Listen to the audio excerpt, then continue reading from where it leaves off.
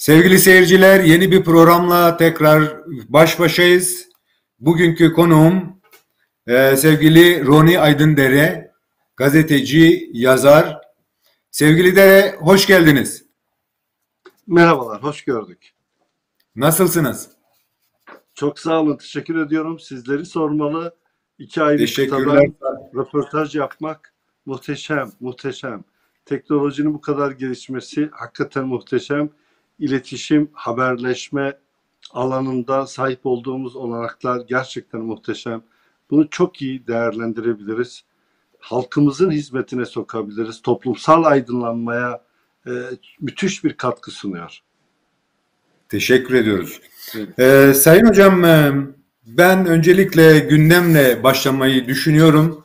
Bildiğimiz gibi Türkiye'de ciddi bir sistem tıkanıklığının yaşadığını görüyoruz. Yani tek adam rejiminin bazı alanlara evrilme süreci gibi görünüyor. Tabii bu direkt diktatörlüğe mi yoksa farklı bir alana mı gidecek? Bunun sıkıntıları yaşanıyor. Bu yaşanılırken de kendi içinde bazı çözüm arayışları var. Bu konuda bu sistemin tıkanmışlığını, hani gidişatı nasıl görüyorsunuz? Bu konuda bize neler diyeceksiniz? Evet, yani naçizane görüşüm şu, Türk sistemi kendisini Kürtlerin davasına göre ayarlıyor. Yani Kürtler herhangi bir statü sahibi olmasın, bir hak sahibi olmasın e, e, projesi kapsamında tek adam rejimini tercih etti. Şüphesiz Erdoğan'ın özel bir diktatörlük kişiliği var. Fakat dikkat ederseniz tek adam olabilmek, devlet başkanı olabilmek, cumhurbaşkanlığını açmakta. Şimdi bir Ergenekon operasyonu, daha sonra işte Gülen'le olan çelişkileri, onlara dönük işte operasyonlar, sahte darbeler vesaire derken bakıyoruz tüm bu sorunların odağında Kürtlere dönük bir proje var. Çünkü Ergenekon'la barışmalarının temelinde kesinlikle Kürtlere karşı şunları yapacaksın, bunun karşılığında iktidarda kalabilirsin. CHP ile ilişkileri de hakeza bu temelde. Diğer irili ufaklı partilerle de ordu, polis, her neyse devletin farklı kurumlarıyla da unsurlarıyla da gizli, kapalı kim varsa Erdoğan'da karar kıldılar. Yani bu çok önemli bir olay. Olay Kürtleri öldür, iktidarda kal. Erdoğan bunu daha önce işte 10 kentin yerle bir olmasında gerçekleştirdi. Türkiye'de tırnak içinde aydın var mı? Demokrat, ilerici kesim, sendikalar, hani sistemi eleştirebilecek kurum ve kuruluşların hiçbirisinden ses çıkmadı. Yani anlıyoruz işte silahlı bir mücadele de var. Fakat sen halkı tümden hedef alamazsın. Sen varlığını tümden inkar edemezsin. Sen bu inkar ortamında şu veya bu şekilde elde ettiği kurslardan tutalım bir takım kurumlaşmalara kadar, hatta dün yine işte bir yerde Celalet Bedirhan'a ait bir merkezi yerle bir ettiler. Kenti hatırlayamıyorum. Şimdi tüm bunlar Erdoğan'ın kendi başına kafasına göre bir adamın yaptığı failler değildir. Bu tamamen devletin ortak bir konsepti, ulusal bir projesidir. Cumhuriyetin kuruluşundan beri bu konsept uygulanıyor. Tek dil, tek bayrak, tek vatan, bunu kendileri de söylüyorlar ve buna bir de BK'mızı eklediler. BK tamamen Türk ırk devleti anlamında Türk devletini korumayı esas alan bir kavramdır. Bu çok önemli. Evet. Şimdi bu sistem kuşkusuz zorlanıyor. Şöyle zorlanıyor. Sadece kuzeye karşı değil, kuzeydeki Kürt hareketine karşı değil, dünyadaki Kürtlere karşı zorlanıyor. Çünkü Türkiye Kürtlerin ezici çoğunluğunu denetimi altında tutuyor, işgali altında tutuyor, baskı ve zulmü en katmerli yöntemleriyle uyguluyor. Dolayısıyla Türkiye'nin çözülmesi Kürt davasının, Kürdistan davasının çözülmesi demektir. Bu mutlak devlet ya da Kürtlerin işte klasik devlet sınırlarının çizilmesi anlamına gelmiyor. Yani Kürtlerin dilinin anayasal güvence altına alınması, ana dilde eğitim hakkının elde edilmesi, kültürünü en özgürce ana dilinde yaşaması Türkiye için bir kabustur. Şimdi bunun aşılması lazım. Tabii ki ırkçılığın temelinde korku var. Irkçılık bir ideolojiden çok bir hastalıktır. Ve Türkiye bu hastalığa çok fena yakalanmıştır. Sonra kim iktidar oluyorsa Kürtleri öldürmek, vatan millet Sakarya kavramları üzerinden, sloganları üzerinden iktidar olabiliyor. İşte terörün kökünü getireceğiz derken Kürt halkının kökünü getireceğiz anlamında söylüyorlar. Bu sistemin uzun süre günümüz dünyasında yaşayabilmesi mümkün değil. NATO rahatsız, Avrupa Birliği rahatsız, Amerika rahatsız, müttefikleri kendisinden utanıyor ve müttefikleri artık Türkiye'yi taşıyamaz hale geldi. Ve Türkiye'nin etrafını Rojava, Güney Kürdistan ve ileride Rojlat sarıyor. Türkiye bu sorundan kurtulamaz, kurtulması mümkün değildir. Ve tüm paniği, tüm çabaları buna dönüktür. Bu süre içerisinde ne kadar Kürt'ü asimile edebilirim, ne kadar sindirebilirim, davasından ne kadar vazgeçirebilirim. Şimdi aşağı yukarı tarihçilere göre Sümerlerden kalma en azından 1000 yıldır tarih kitaplarında dünya tarihinde yer alan Kürt ulusunun bir takım sindirme yöntemleriyle, katliam yöntemleriyle bastırılmasının mümkün olmadığını da biliyorlar. Ama şanslarını deniyorlar. Fakat beyhude bir çabadır. Hakikaten beyhude bir çabadır. Ve burada herkes kaybediyor. Kürtler kaybediyor. Fakat en çok da Türkler kaybediyor. Yani kepaze bir yaşam, dış imajı tamamen diktatörlük, demokrasinin olmadığı kepaze bir ülke imajı var. Avrupa Birliği kriterlerinden de çok uzaklaştılar. Hocam bu noktada Türkiye'ye kazandırmaz. Evet. Hocam tam da bu noktada gerek söylediğiniz gibi Avrupa ile Batı ile ilişkilerden ve NATO üyesi olmasından dolayı yani belki direkt bir diktatörlük isteği olsa bile yapamayacaklarına dair de bir belirlenim var. Dolayısıyla da bir seçim, yani kendilerini meşru kılacak bir zemin arayışı da var aynı zamanda. Dolayısıyla bir erken seçim beklentiniz var mı? İkincisi de yine AKP'den ayrılmış kurulmuş yeni iki parti var. Birisi işte o meşhur Suru Toledo'ya çevireceğiz diyen bir insan. Öte yandan da Geleceğin Özal'ı gibi algılanmış olan bir Babacan var.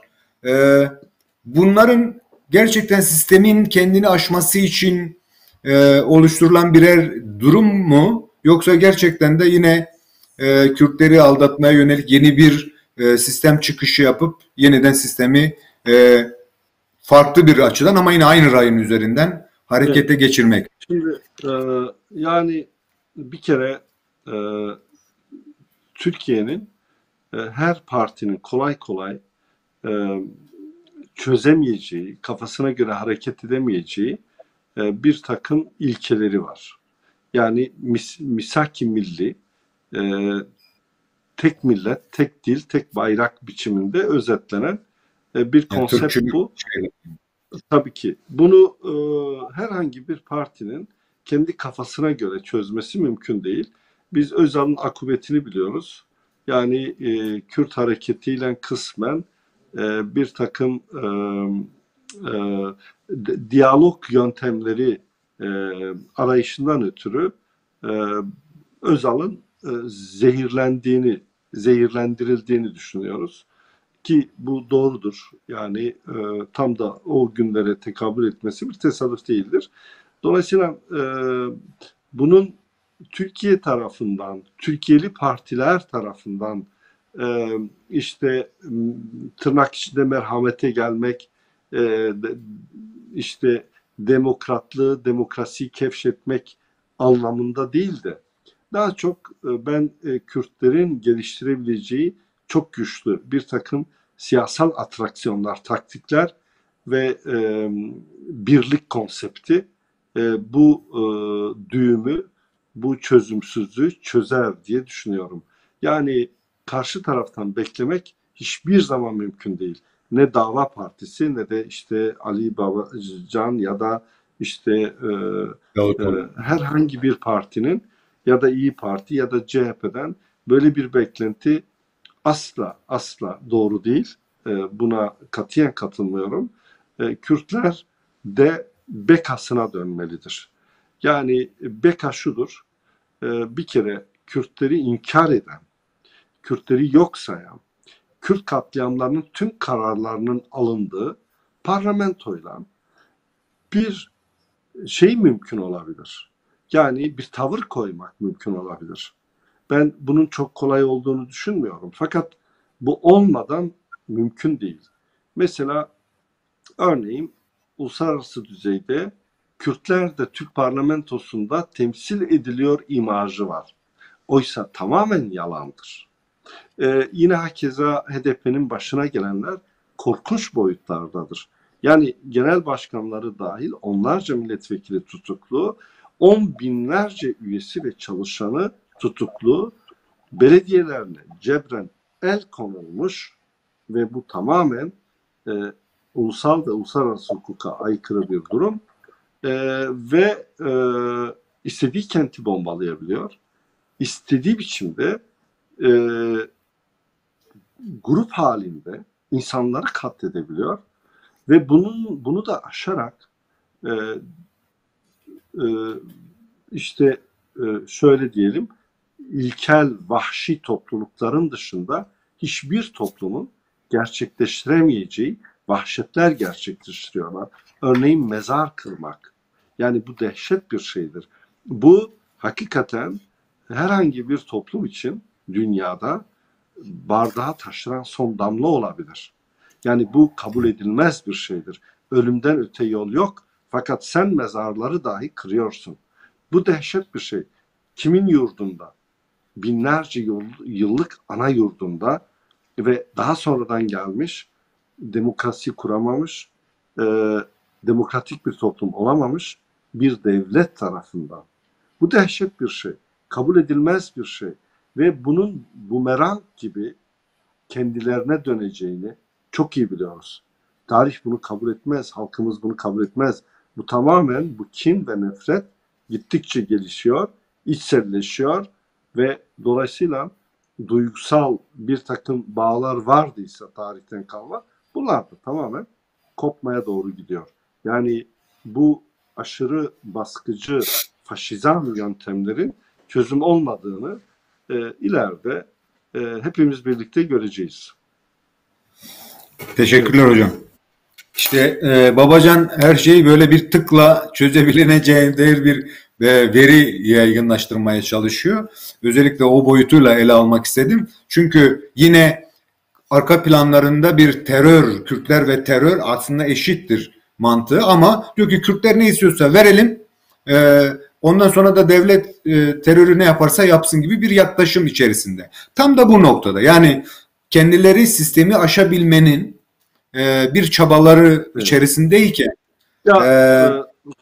Kürtlerin bu noktada demek ki sistemin dönüşümünü sağlayabilecek sistemin değişimini veya yıkılmasını sağlayabilecek bir tek güç kalıyor. O da Kürtler. Sonuçta Kürtlerin temsiliyetini de yapan aynen. HDP. Şimdi Dolayısıyla da HDP bu noktada bu üçüncü yol kavramı diyelim veya işte masanın üçüncü ayağı diyelim, gerçekten bütün baskılara rağmen, bütün sıkıntı, yani on binlerce insan bildiğimiz gibi hapishanede.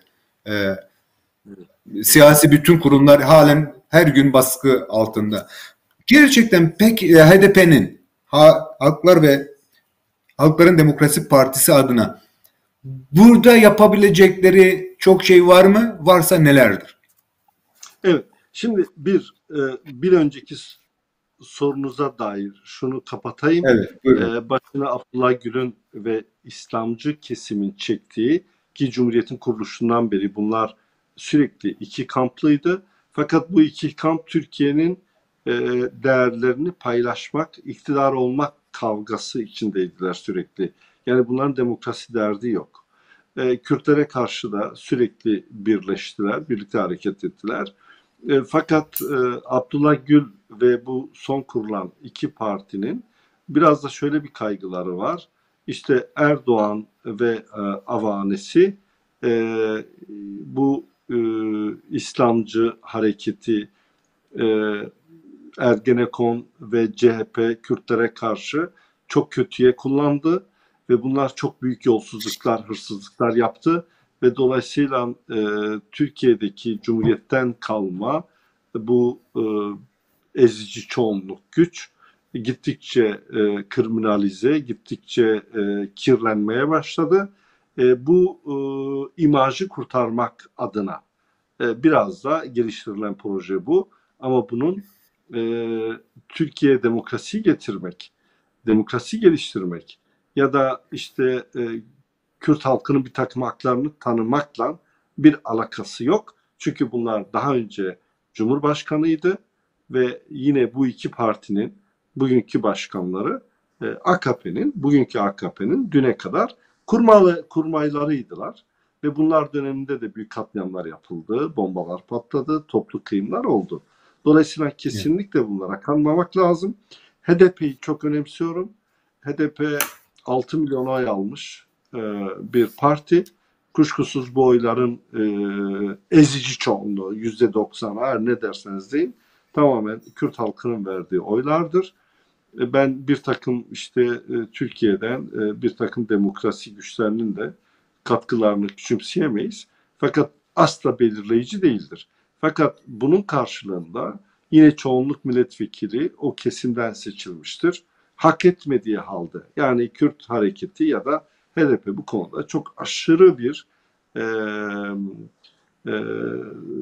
tolerans tanımış diyelim ya da pozitif ayrımcılık tanımış diyelim ya da etkisine girmiş diyelim. Bilemiyorum. Bunu nasıl tarif edebiliriz?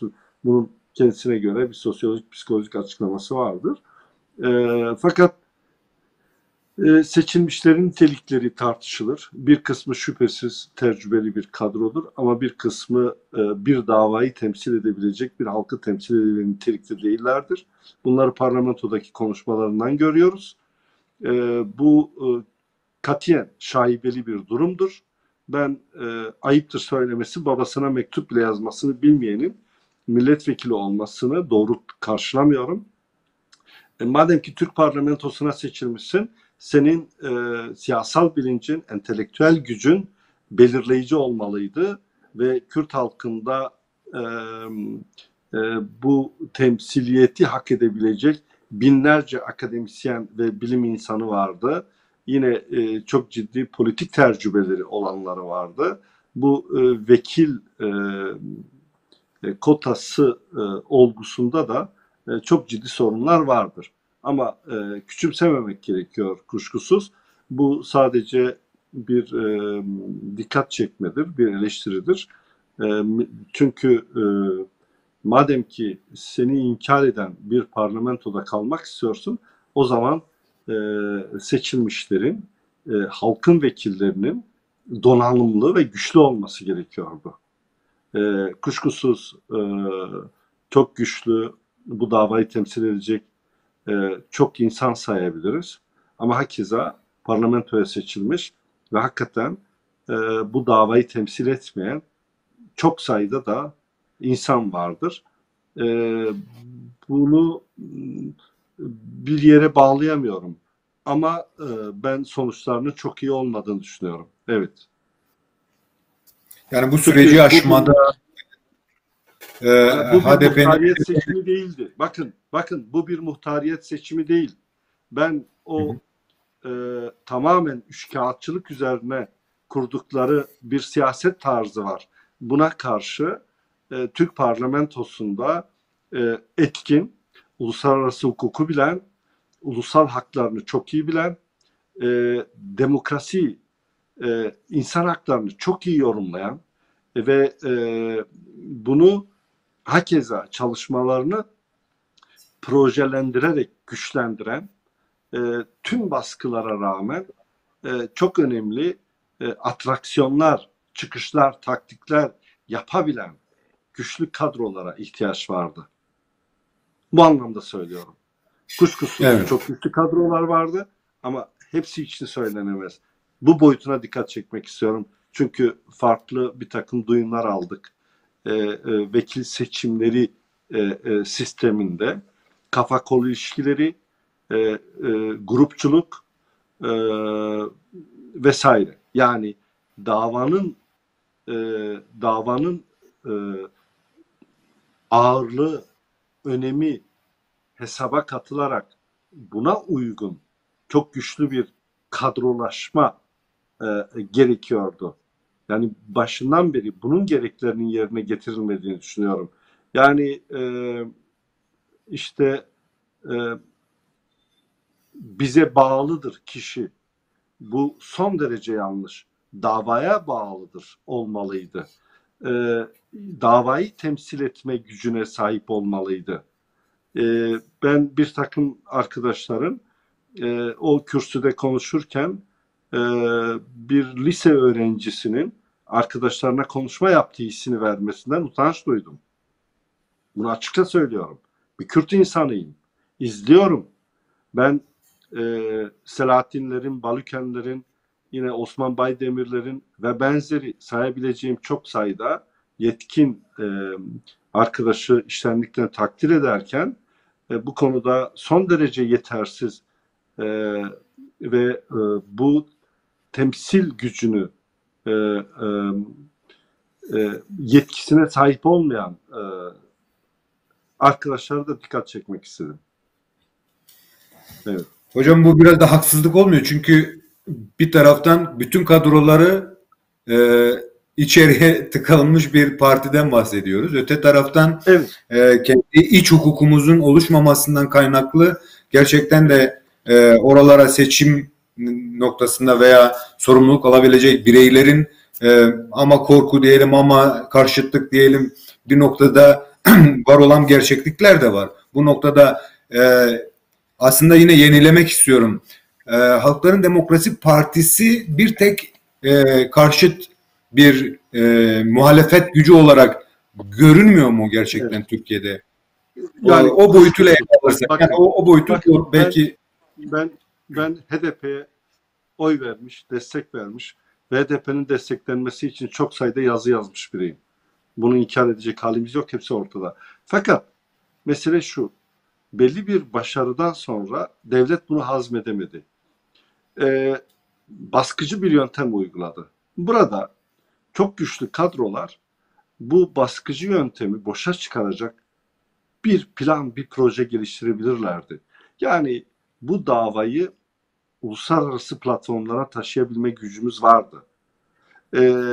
Ben Ertuğrul Kürkçü'nün Avrupa Parlamentosu'nda Cizre'den Surak kadar hatta Şırnak'a kadar yerle bir edilen 10 kentin davasının Avrupa Parlamentosu'da tartışılması döneminde bu Türkiye'nin iç sorunudur demesini yani çok manidar görüyorum. Kürtlerin davası Türkiye'nin iç sorunu davası değil. HDP aşırı bir baskıdan, katliamdan, bunca tutuklamadan sonra yöntem ve taktik değiştirebilirdi. Kürt meselesini uluslararası bir mesele yapabilirdi. Yine hakeza bu HDP'ye dönük eleştirilerimden ya da onun eksiklerinden söz edecek olursak, örneğin toplumun tüm ve sınıf ve katmanlarını bir araya getirebilecek bizim öznelerimiz vardı. Örneğin ana dil etrafında halkın örgütlenmesini sağlayabilirdi. Yüzlerce, binlerce, on binlerce, yüz binlerce insanların sokaklara dökülmesi mümkündü. Tüm baskılara rağmen. Çünkü ana dil o kadar meşru bir talep ki dünyada hiç kimsenin karşı gelemeyeceği bir talep. Mesela bu çok önemli bir taktik olabilirdi. HDP bunu neden uygulamadı? İşte güçlü, çok daha güçlü kadrolar olsaydı bu düşünce çok daha baskın olabilirdi. Çok daha etkin olabilirdi. Yani ana dil etrafında örgütlenmek ve devleti buradan çözebilmek mümkündü. Bu konuda iddialıyım. Bunlar yapılmadı. Yani sürekli güzelleme yapmak bizi bir yere götürmez. Yani ben eksiklerden söz ediyorum. HDP'nin varlığı kuşkusuz önemliydi. Türkiye'nin 3. büyük partisi haline geldi. Olabilir. Yani mutlak biz bir Kürt partisi demelerine de gerek yoktu. Fakat madem ki Türkiye'nin demokratikleşmesi yoluyla Kürtlerin davasının çözülmesi, Kürtlerin haklarına kavuşması isteniyorsa, o zaman bu en büyük haksızlık, antidemokratik uygulama ana dilin yasaklı hali. O zaman buna sarılabilmek gerekiyordu. Çünkü kimse buna kolay kolay karşı gelemez. İşte Türkiye'yi çok zayıf yerinden yakalayabilmek mümkün olabilirdi. Bunlar yapılmadı maalesef. Ve acaba yapılması için çok mu geç? Şimdi örneğin işte HDP'nin istifa etmesi, Sineği millette dönmesi ya da bekasına dönmesi olgusunu çok öneren, tartışanlar da var. Ama bu saatten sonra inanır mısınız? Çok geç. Neden çok geç? Bir kere eğer Selahattinlerin dışarıda olduğu, bu büyük operasyonların olmadığı bir dönem iç ve dış kamuoyuna dönük çok güçlü bir basın toplantısıyla üyelerimiz tutuklanıyor, belediyelerimize kayyumlar atanıyor, ana dilimiz yasak ve düşünce özgürlüğü yok, gazeteciler tutuklu. Biz parlamentoda ne yaptıysak da bize hiçbir imkan ve fırsat tanınmadı. Kaldı ki Türk muhalif partileri de sözde muhalif, Türkiye'nin tek adam rejimi olduğunu ve parlamentonun çok ciddi bir işleve sahip olmadığını, parlamento sadece Kürtlere dönük katliam kararlarında işte kararnameler çıkarabiliyor.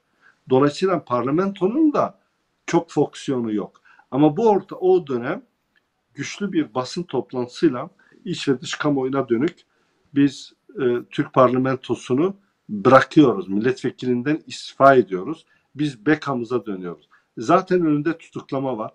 O halde parlamentodan ayrılmak, Türk parlamentosunu boşa düşürmek ve dünyada çok büyük bir yankı uyandıracaktı. Ve Türk parlamentosunun artık Kürtleri de temsil etmediğini, en azından Kürdistan'da 6 milyon oyu biz aile başına vuracak olursak bu neredeyse 20 milyonluk bir potansiyeli bulacaktı. Ve 20 milyonluk potansiyelin Türk parlamentosunda temsil etmediği olgusu dünyada netleşecekti. Ve Erdoğan'ın büyük korkusu da buydu. Ve dikkat ederseniz isteseler bir kararnameyle bir dakikada HDP'yi kapatabilirler değil mi? Kapatmıyorlar. Çünkü yarım yamalak, eli kolu kırık bir HDP'ye ihtiyaç duyuyor sistem. Çünkü o alınan oyların parlamentoda temsil edildiği imajına ihtiyaç var. Peki biz Türkiye'nin bu ihtiyacını neden karşılayalım? Neden onun bu işte bu kadar çirkin, bu kadar kokuşmuş, bu kadar diktatör bir rejimin dışarıda da onun işte yarım yamalık bir demokrasi de olsa yürüyor imajına katkıda bulunalım. Evet Kemal. Teşekkürler hocam. Bu bağlamda evet Kuzey Kürtlerine yaklaşımınız bu. Tabii bizim Kürdistanlarımız çok. 4-5 parçamız var. Artık Evet. gerçi kuzeydeki 5. parçadan artık söz edilemez hale geldi. Bu noktada Kürtlere baktığımızda gerek güneyde gerek Rojava'daki gelişmeler e, gerçekten o Kürtlerin birliğini, hukukunu oluşturmaya yönelik yeterli çaba olarak görüyor musunuz? Örneğin güneydeki 25 yıllık fiili bir devlet ordusunun da göz önünde bulundurduğumuzda halen iki başlı ordularının, Evet. halen iki başlı yönetimin varlığı dışarıda da yine özellikle de bu sömürgeci güçlerin orada da savaştıkları boyutunu da ele aldığımızda o gelişmelere nasıl bakıyorsunuz hocam? Evet. Şimdi önce ben bir Rojava'dan başlayayım. Hakikaten Rojava'da tam bir devrim e, yaşanıyor. Bunu kabul etmek gerekiyor. Çünkü varlığı inkar değil, sadece kimlik sahibi dahi olmayan bu yurtsever halkımız bir 10 yıllık bir zaman süresince çok muhteşem, çok büyük bedeller ödeyerek büyük bir devrim gerçekleştirdi. Çok geniş bir toprağa sahip oldu ve orada askeri ve siyasi egemenliğini kurdu. Buna her Kürdün sahip çıkması, koruması ve kollaması gerekiyor. Ama tüm parçalardan. Burada parti, parça ayrımı gözetmeksizin Rojava'ya sahip çıkmak lazım. Fakat Rojava devrimi, yani ulusal bağımsızlık devrimi diyorum ben buna, tabii ki sosyal bir takım konularda da önemli gelişmeler kaydetti. Bir halk ilk kez tarihte örgütleniyor, kurumlaşıyor, kendi kurumlarında yönetici ve aynı zamanda bunun güvenliğini sağlıyor. Bu Birleşmiş Milletler'in 110. maddesine denk düşüyor. Yani kendi teritoryalını koruyan ve yöneten bir konsept ortaya çıkıyor. Fakat naçizane bu tabii ki onlar da buna vakıftır. Yani akıl vermiş gibi olmayalım. Bilinmeyecek bir şey değil. Çok daha fazla e, bir halkın adıyla hareket etmek. Yani işte bir yön, kuzey, doğu demekten çok belki buna ilk başlarda ihtiyaç vardı. Çünkü kısmen de biraz neredeyse çok uluslu bir coğrafyadan söz ediyoruz. Buna ihtiyaç vardı ama artık yavaş yavaş kısmen Kürtlerin birliği tartışılıyor. Amerika ve Fransızların e, muhteşem desteğiyle e, belki de ihtiyaç duymamak çok daha iyi olurdu. Ama maalesef demek ki ihtiyaç varmış. Onların da müdahalesiyle bir birlik gerçekleştiriliyor. Tabii ki bu birlik tartışmaya değmez. Yani PYD'siz olacak bir birlik değil tabii ki. Başını PYD'nin çekti. Ama PYD'nin de artık tahammülünü çok daha genişleten, demokrasi anlayışını çok daha olgunlaştıran bir eda ile kendilerini sevmeyen, kendilerine muhalif olan kesimleri de kucaklayabilmesi gerekiyor. Onu yapıya kazandırması gerekiyor. Sen onu iteleyerek, öteleyerek bir yere varamazsın. O gider Londra sokaklarında sana terörist diye yürüyüş yapar, gösteri yapar. Senin bunları kazanman gerekiyor. Uluslar böyle gerçekleştiriyor. NSK ya da benzeri bir takım oluşumlar var. Bunları kazanmak gerekiyor. Yani bu kazanma siyasetini, politikasını esas almak gerekiyor. Tabii ki onların da varlık göstermesi için bu birliğe katılmaları gerekiyor. Ve burada biz bir uluslaşmadan söz ediyoruz. Yani uluslaşmadan hiçbir statü sahibi olamayız. Uluslaşmadan uzun vadede devlet sahibi de olamayız. Tüm bunların hepsi uluslaşmadan geçiyor. Uluslaşma nedir? Uluslaşma, ulusal özgürlük, ekonomik, onursal tüm değerleri ortak savunma projesidir. Uluslaşma böyle gerçekleşti. Uluslaşma mutlak tek dil etrafında örgütlenmek ve aşırı bir milliyetçilik anlayışı değildir. Demokratik ulus gayet mümkündür. Bunun dünyada birçok örnekleri var. Hatta Güney Kürdistan'da bile ben 8 ayrı dinin, inancın eşit düzeyde kabul gördüğünü, bunlar içerisinde Alevilik de var. Yani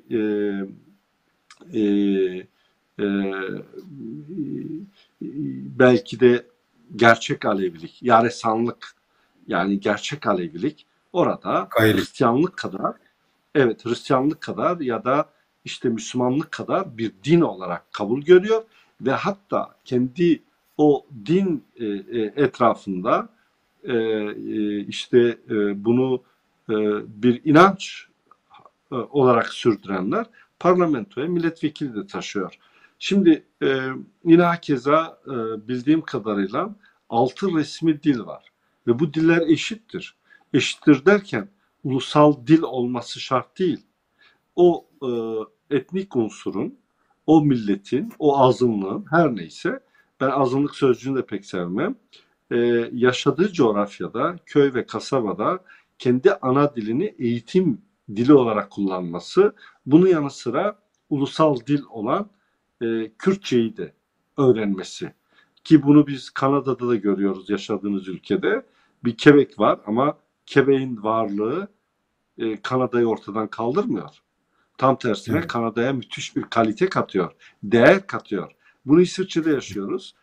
4 ayrı ulus kanton bir arada yaşıyor ve bunların kantonları, eyaletleri farklıdır. Herkes ana dilde eğitim yapıyor. Bir de ortak dilleri vardır. Dünyanın sonu değil. Ve dolayısıyla bir toplumdaki temel çelişkileri ortadan kaldırdığın zaman savaşlar bitiyor, kavgalar bitiyor. Temel çelişkiler budur. Bir halkın ana dilini yasaklamak, varlığını inkar etmek. O sana karşı direnmek zorundadır. Varlık göstermek zorundadır. Bu doğanın olmazsa olmaz bir kanunudur. Türk sistemi bunu anlayamamışsa cezasını çok ağır bir şekilde çekecektir, bedelini ödeyecektir. Bir halka bu kadar kan kusturamazsın. Dolayısıyla konumuz Rojava ve Rojava'da da bu gerçekleşmiştir. Kürtler bizi koruyor. Biz çok mutluyuz Kürdistanlı olmaktan. Ana dilimizi konuşuyoruz, ana dilimize eğitim yapıyoruz. Kiliselerimiz var ve biz baskı görmüyoruz dediler. Şimdi bu benim için gurur vericiydi. Böyle olmak gerekiyor. Bu kuzey için de geçerlidir. Ben kuzeydeki Kürtler bağnaz değil. Hakikaten bağnaz değil. HDP'nin programında da var. Tüm irili ufaklı partiler de çoğulculuğu içselleştirmiş ve savunuyorlar. Türkiye'de de Kürtleri de katacak olursak en demokratik, en çok insan haklarını, halkların haklarını savunanlar yine Kürtlerdir. Bununla gurur duyuyoruz. Mesele burada değil.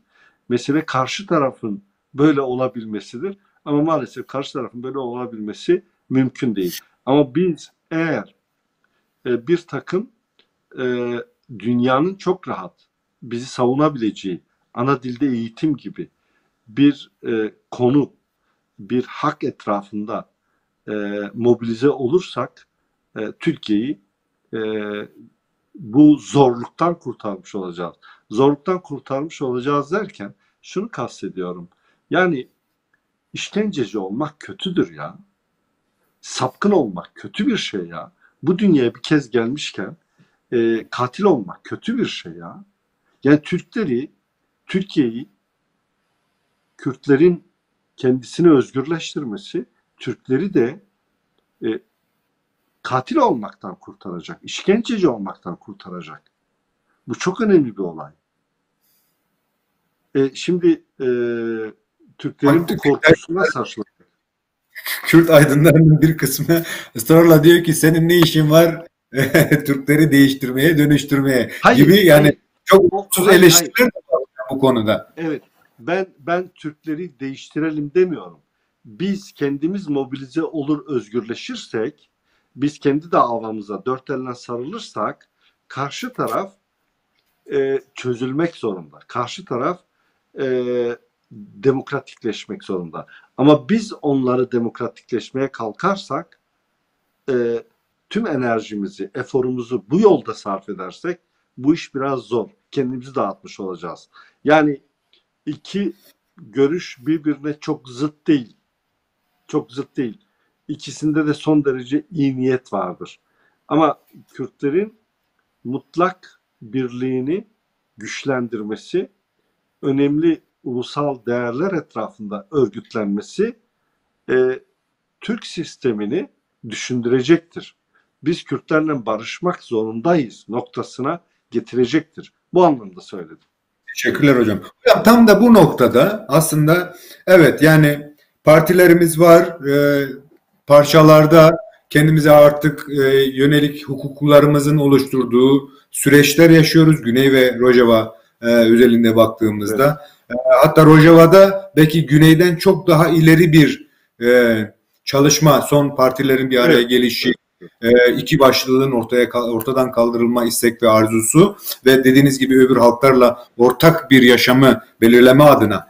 Şimdi tam da bu noktada partilerimiz veya parçalarımız bunu yaparken aydınlarımızın buna katkıları, topluluğun da buna iç dinamizmleriyle ne kadar katkı sunuyor?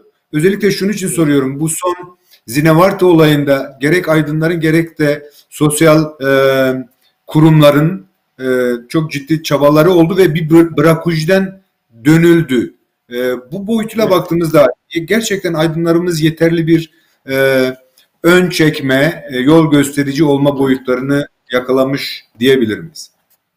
Şimdi bu Zinevarte meselesi yani Kürt hareketinin yıllardır tam tarihini söyleyemem ama sanırım bir 25 yıla geçti. Kandil'de olması durumunun bir parçasıdır. Şimdi dikkat ederseniz 92'den 97'ye kadar dehşet bir Brakuji süreci yaşandı ve neredeyse 4-5 bin insanımız, kardeşimiz bu kirli, bu zalim çelişkide şehit düştü. Ve binlerce yetimden, acı çeken anadan, eşten artık nasıl söz edebiliriz bilmiyorum. Ve sonuç tekrar barışmak zorunda kaldılar. Fakat kanımca artık Kürtlerde Brakuji aşılmıştır. Yani hiçbir parti, hiçbir oluşum Brakuji'ye yönelemez. Yani Brakuji'ye yönelen bir parti hakikaten halkın hedefi haline gelir. Çünkü gelişen bilinç düzeyi, gelişen iletişim ağı, çabuk bilgilenme ağı artık hiç kimsenin manipüle edemeyeceği bir topluluk haline geldik. Dolayısıyla Brakuji'den çok ben Zinevarte'de yaşanan kuşkusuz gönül isterdi ki işte KDP buna hiç tenezzül etmesin. Fakat ben işte orada ne yapılmak isteniyor bunu da tam iyi bilemiyoruz. Çok ciddi bir gürültü koparıldı. Sonra da yerini bir sükunete bıraktı. Fakat bunun gelişmiş uygar toplumlarda çözüm yöntemi biraz farklıdır. Mesela kuşkusuz aydınlar bu konuda yazar çizer de yani madem 40 yıldır bir arada yaşıyorsunuz o zaman sizin bir çok güçlü bir diyaloğunuzun olması gerekiyordu. Ben her iki partiye de söylüyorum. Sizin aranızda sürekli bir masanın olması gerekiyordu. Ve böylesi durumlarda durumu sömürgecilere hissettirmeden çözmeniz gerekiyordu. Çünkü bu bir ulusal davadır. Bu partilerin bir davası değildir. Toplumu, halkı bu konuda kaygılandırmak, endişelendirmek, üzmek hakkına sahip değiller bu partiler. Orada işte 92'de yaşanan, 95'e kadar süren çatışmalarda olduğu gibi bu insanların kanını kimsenin dökmeye hakkı yoktu. Yoktu. Bu bir suçtu. Bunun muhasebesi farklı yapılır. Yapılmıştır kendi aralarında. Peki kim kar etti burada? Dolayısıyla bunun çözüm yöntemi aralarında bir inisiyatifin olması gerekiyordu. Bu inisiyatif şöyle de olabilirdi. Örneğin 4 parça arasında diyalog sağlayan bir Kürt akil heyetinin olması gerekiyordu. Çok güçlü, partiler üstü. Ki Kürdistan halkının işte bünyesinde bu potansiyel fazlasıyla vardır. Ve bu bilim insanlarının, yazarların, çizerlerin, sanatçıların her neyse bir güçlü bir ulusal komite. Buna ulusal kongre diyebiliriz. Ulusal kongre olmaz. Buna Kürdistan inisiyatifi diyebiliriz. Buradan Kürt akil heyeti diyebiliriz. Adını ne koyarsak koyalım. Böylesi bir durumda o komite iki güç arasında düşmana hissettirmeden, çünkü bunlar ulusal meselelerdir. Bunlar basında tartışılacak, konuşulacak, çelişki ve çatışmalara dökülecek meseleler değildir. Bakın çok önemli bir konudan söz ediyorum. Ve biz düşmana taktik veriyoruz. Ve biz düşmana bize karşı nasıl hareket etmesi gerektiği konusunda hakikaten çok açık veriyoruz. Ya bunlar düşmana duyurulmadan halledilmesi gereken meselelerdi. Çünkü yani en çok bunlar bir arada yaşıyor. Ve sonuç olarak zaman zaman bir takım konularda bir araya gelmişlerdi. Bunlar peki bu konuda neden anlaşamıyorlar? Sonra birbirlerine meydan okumalar. Benim utanç duyduğum bir şey. Ama bunu gidermek de yine iki güce kalmış. Bunu da söyleyelim. Yani bir Kürt hareketinin oradaki varlığı meşru mudur? Tabii ki meşrudur. Bunu tartışacak bir yer mi? Nereye gitsinler? Ay'a mı gitsinler? Ama Türk devletinin bir takım saldırılarından ötürü çok rahat karşılıklı aşağılamaların, suçlamaların olmaması gerekiyor. Ya buna çok dikkat etmek gerekiyor. Kendi basınımızın buna dikkat etmesi lazım. Muhabirlerin buna dikkat etmesi lazım. Çok rahat aşağılıyoruz. Çok rahat suçluyoruz. Provoke ediyoruz. Düşmanlığı derinleştirme gibi bir projesi var Türk devletinin. Biz buna su taşıyoruz. Bizim buna hakkımız yok. Sonuçta Kürt hareketi zor bir durumdadır. Bu gerçeği kabul etmek lazım. Yani kendileri söyleyemiyorsa da bu bir anti propaganda değil, bir tespit de değil, yaşanan bir gerçek. Fakat bu kardeşlerimiz nereye gidecek, ne yapacak? Kuşkusuz kendi projelerine uygun o alanda varlık göstermeleri, çalışmalarını sürdürmeleri önemlidir. Bu böyle olacak. Gidip yabancı bir ülkeye dahi iltica edebiliyorsun. Kendi ülkene niye gitmez? Fakat bunun da işte onların daha keza güneyle ilişkileri çok önemli. Mesela ben Güney'de birçok kurumlarına rastladım. Nezaket ziyaretinde bulundum. O zaman BDP'nin büroları falan vardı. BDP bürolarını Güney halkı koruyordu. Evlerde. Ama bunlar KDP'li. Ya demek ki böyle çok basite almamak lazım. Yani bu insanlarımızın da onuru ve gururu var. Bunların da yiğitlik değerleri var. Bunların da işte bir takım vasıfları var. Bunlar da konukseverliğin ne olduğunu çok iyi biliyorlar. Bunlar da bırakaneme diyorlar, kardeşlerimiz diyorlar. Tümden her türden kuzeyli yapılara. O zaman demek ki çok iyi bir diyalog geliştirebilmenin zemini var ve zamanı da uygundur. Bunu basın aracılığıyla, Sterk ya da Nuçe TV aracılığıyla bir paniğe dönüştürmek, karşı tarafta düşman varmış havası, yine karşı tarafın da işte sanki işte kendi toprakları işgal edilecek havası, sanki yaşadıkları tüm bombardımanlar %100 onlardan ötürüdür Algısı. propagandası, algısı çok doğru bulmuyorum. Yani ben sonuç olarak tarihte, geçmişte 90'lı yıllarda yaşadıkları çelişki ve çatışmalara baktığımızda e, ben e, demek ki çok hata yapabilecekleri potansiyeline sahipler. Böyle her şeyi biliyoruz edası da doğru değil. Demek ki çok rahat oyunlara gelebiliyorlar. Bunun kendilerinin dikkat etmesi lazım. Kendi basınlarını, iki tarafında dikkat etmeleri gerekiyor. Uluslaşma biraz da budur. Yani bu bizim kendi aramızdaki sorundur. Kendi aramızda halledelim. Sorun olmaz mı? Olur. Ama kendilerini halletmesi gerekiyor. Kendileri halledemiyorsa biraz önce perspektif olarak sunduğum bir 4 parçadan oluşan Kürt entelijansasından bir yapının bu olaya aracı ve müdahil olması gerekiyor. Ve bunu da kendileri sağlayabilir. Kendi öneri ve perspektiflerini bunu gerçekleştirebilirler karşılıklı. Ve bir de aramızda bir hukukumuzun olması gerekiyor. Ben çok önemsiyorum. Hukukumuzun olması gerekiyor. Yani şunu söyleyemezsin. Ben Kürdüm, savaşıyorum. Her tarafta varlık gösterebilirim. Artık değil. Artık değil. Çünkü Rojava'ya KDP gidip varlık gösteremez. PYD de gidip Hevler'de varlık gösteremez. Yani silahlı güç olarak varlık gösteremez.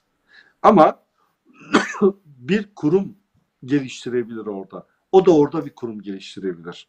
Bu çok önemli. Yine hakeza YNK ile KDP arasındaki tarihsel husumet, derin çelişki. Yani benim utanç duyduğum sahnelerden biri şu. Sayın Mesut Barzani ile Sayın Talabani'nin ellerini Amerika Dışişleri Bakanı Albright kavuşturmuştu. Ama kendileri bunu yapabilirdi. Bakın, kendileri bunu yapabilirdi. Ve bu çelişki hala devam ediyor. Şimdi bu parçalanmışlık bir tarafın İran tarafından çok daha kontrol edilmesi ve satın alınmasını sağlıyor. Ben satın alınması sağlıyor derken bir iftirada bulunmuyor. Çünkü zayıf olduğun zaman ister istemez bir takım güçler seni etkisi altına alıyor. Dolayısıyla Kürdistan'ın bir kısmının işgal edilmesinde de bu parçalanmışlığın çok büyük bir etkisi var. Yine hakeza farklı ülkelerin Kürdistan'a yatırım yapmak konusunda öncelikle güven duymaları gerekiyor. Yani bunlar uluslaşmaya muhtedir bir toplumdur ve bunlar ileriki süreçte devletleşmeye gidebilecek bir ulustur. Buraya yatırım yapmak gayet güven veriyor diyebilmeleri gerekiyor. Şimdi demek ki bir statü sahibi olmak için önce uluslaşmak lazım. Bu Rojava için geçerlidir, bu Güney için de geçerlidir. 40 yıldır hala uluslaşamadıysalar hakikaten yazıklar olsun. Ama çok mu uzağız bundan? Hayır. Ulusal bir müdahaleye ihtiyaç var. Kuşkusuz bunun kanlı olması gerekiyor. Kuşkusuz bunun hani sürekli barış istiyoruz ya sömürgecilerimizde. Biz bu barışı kendi aramızda istemesini bilmeliyiz. Önce iş barışımızı sağlayabilmeliyiz. Uluslaşmamızı sağlayabilmeliyiz.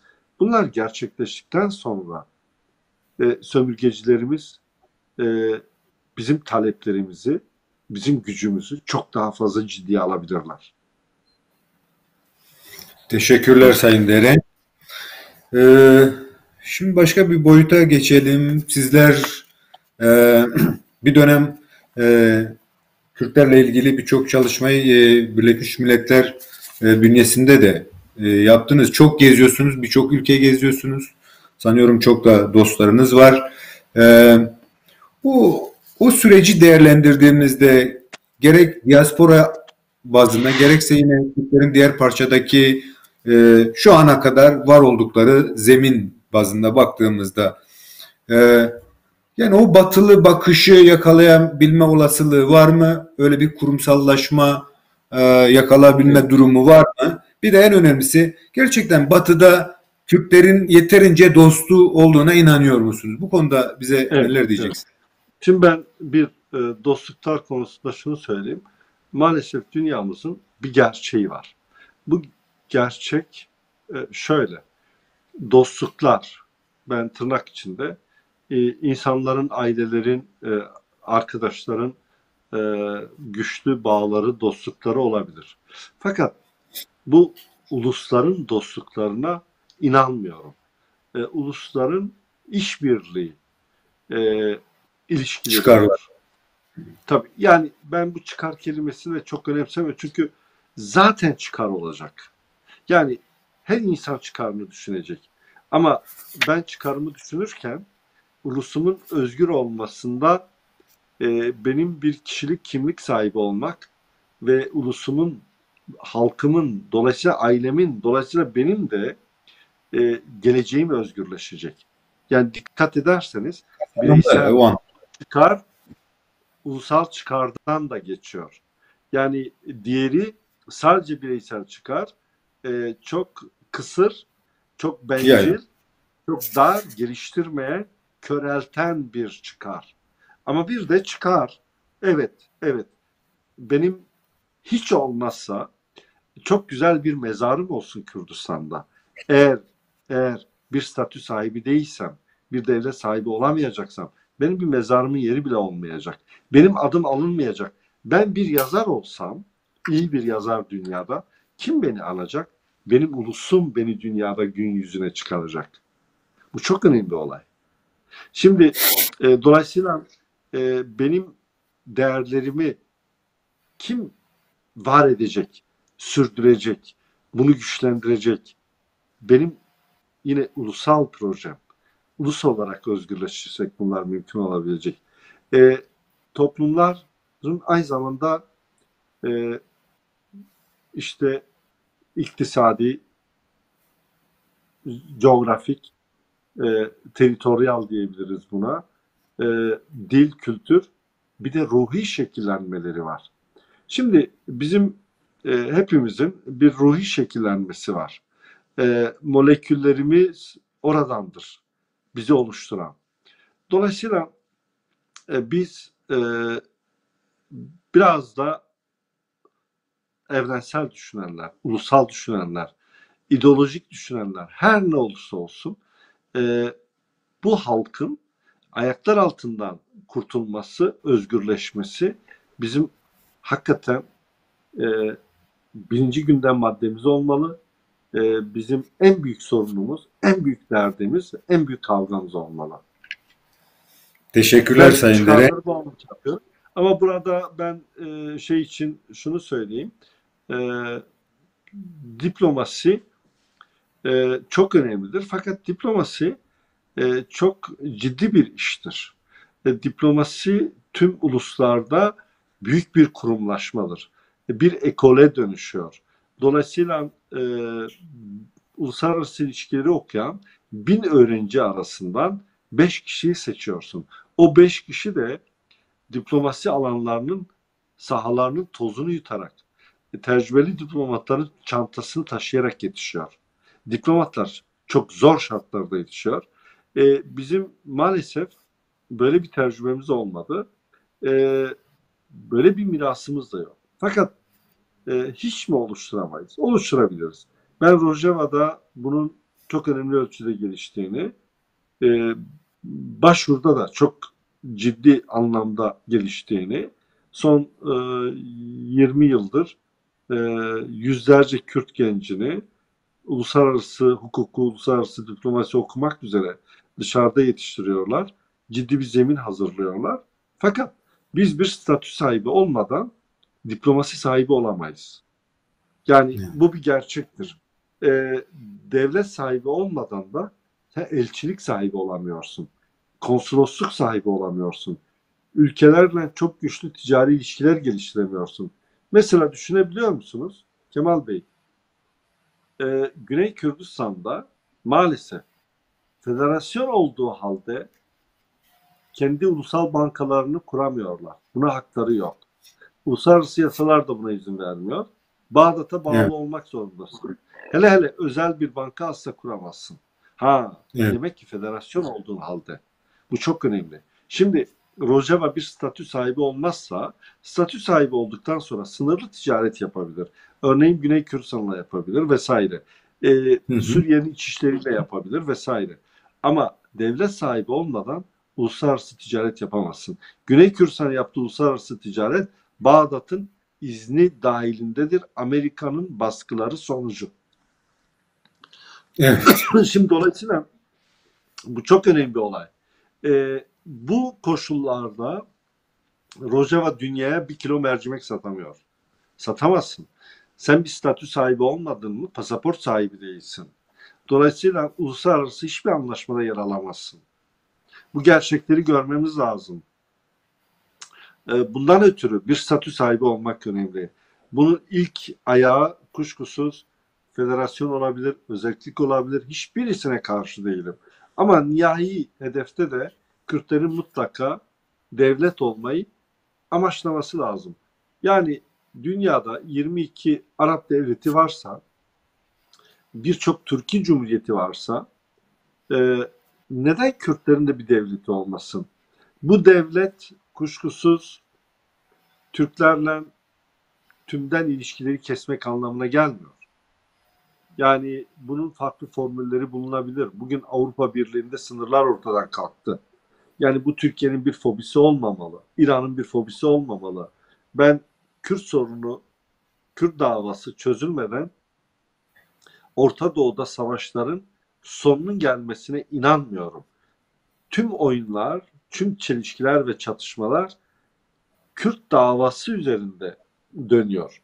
Dolayısıyla her ilerici, her demokratın, her sosyalistin, her barış severin mutlaka ama mutlaka Kürtlerin ulusal haklarına kavuşması gerektiğini savunmalıdır.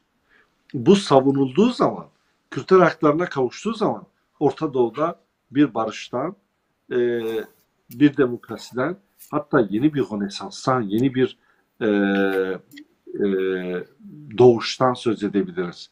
Çünkü tüm temel çelişkiler çözülmüş, fobiler ortadan kalkmış. Dolayısıyla Kürtlerle çok güzel ilişkiler geliştirilebilir ama çok daha sağlıklı ve eşitlikçi temelde. Evet. Teşekkürler Sayın Dere. Ben bir saatimiz dolmak üzere. Ben bir soru daha soracağım ancak artık sanıyorum biraz politikadan sanata dönüş gibi algılayabilirsiniz. Sizler aynı zamanda bir şiir kitabı yazmış, bir e, deneme kitabı olan da bir yazarımızsınız aynı Evet. zamanda.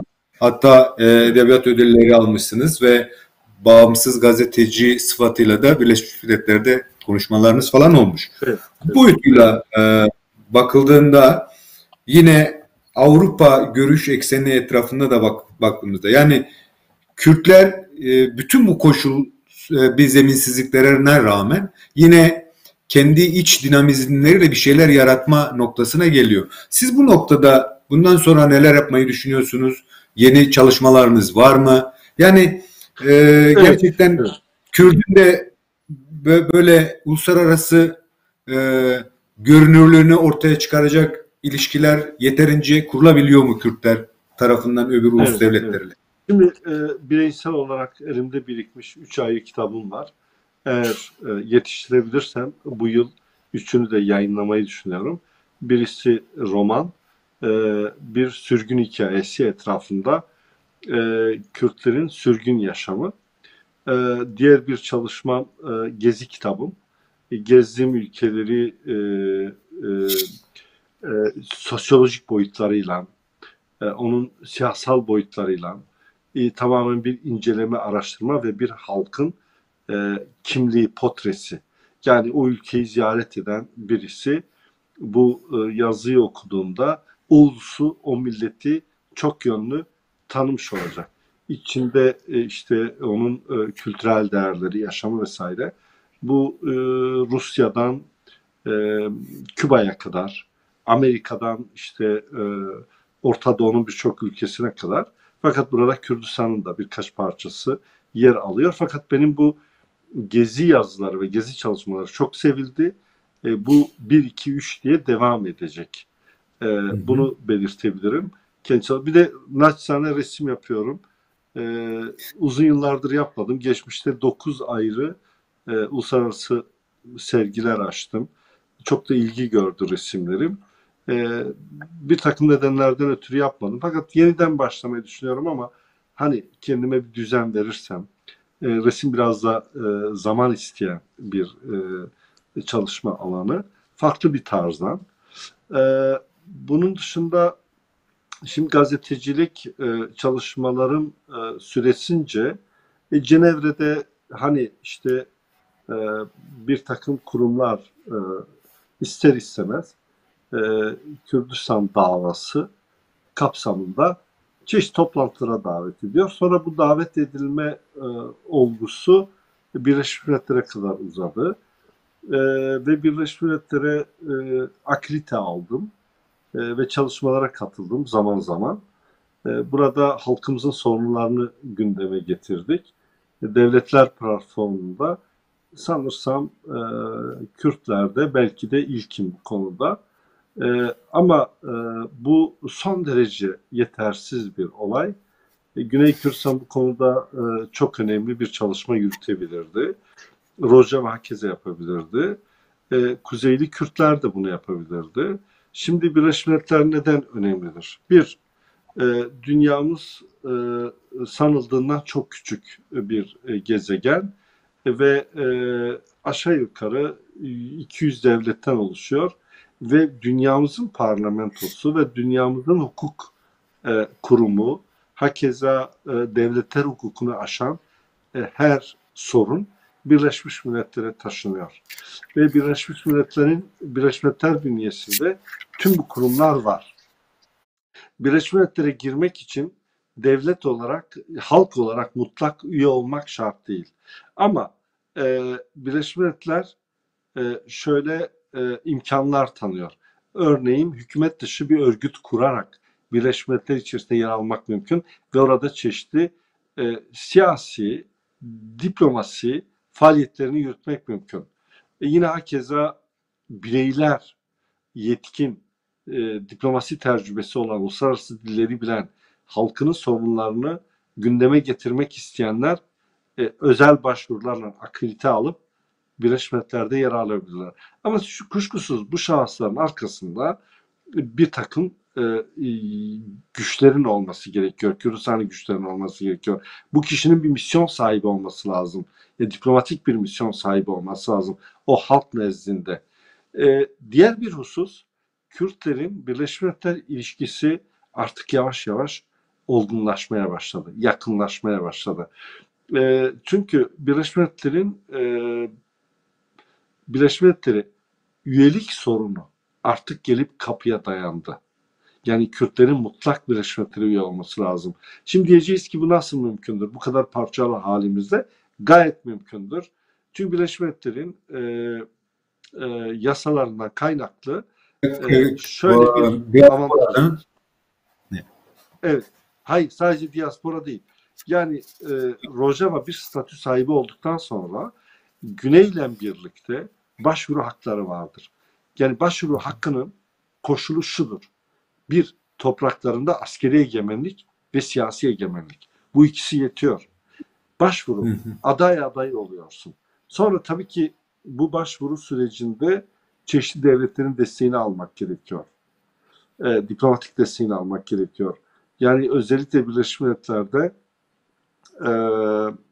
daimi temsilciliği olan ve veto hakkına sahip bir iki devletin desteğini aldıktan sonra gayet aday adaylığını aşıp üye olmak mümkündür.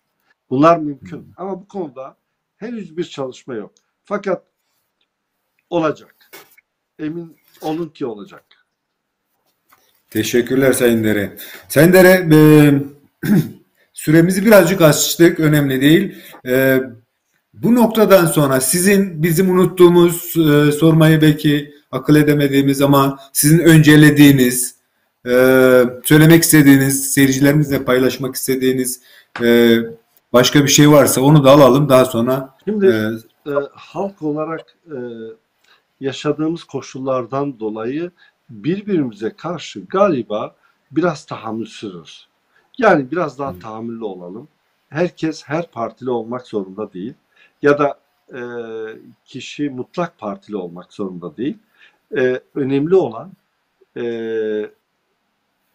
ulusunun haklarını savunabilmek, birliğini savunabilmek, yine hakeza kendi çevresindeki Kürdistani etkinliklere katılmak, katkı sunmak, bu konuda çok duyarlı olmak, çünkü çok önemli, tarihsel bir süreci yaşıyoruz.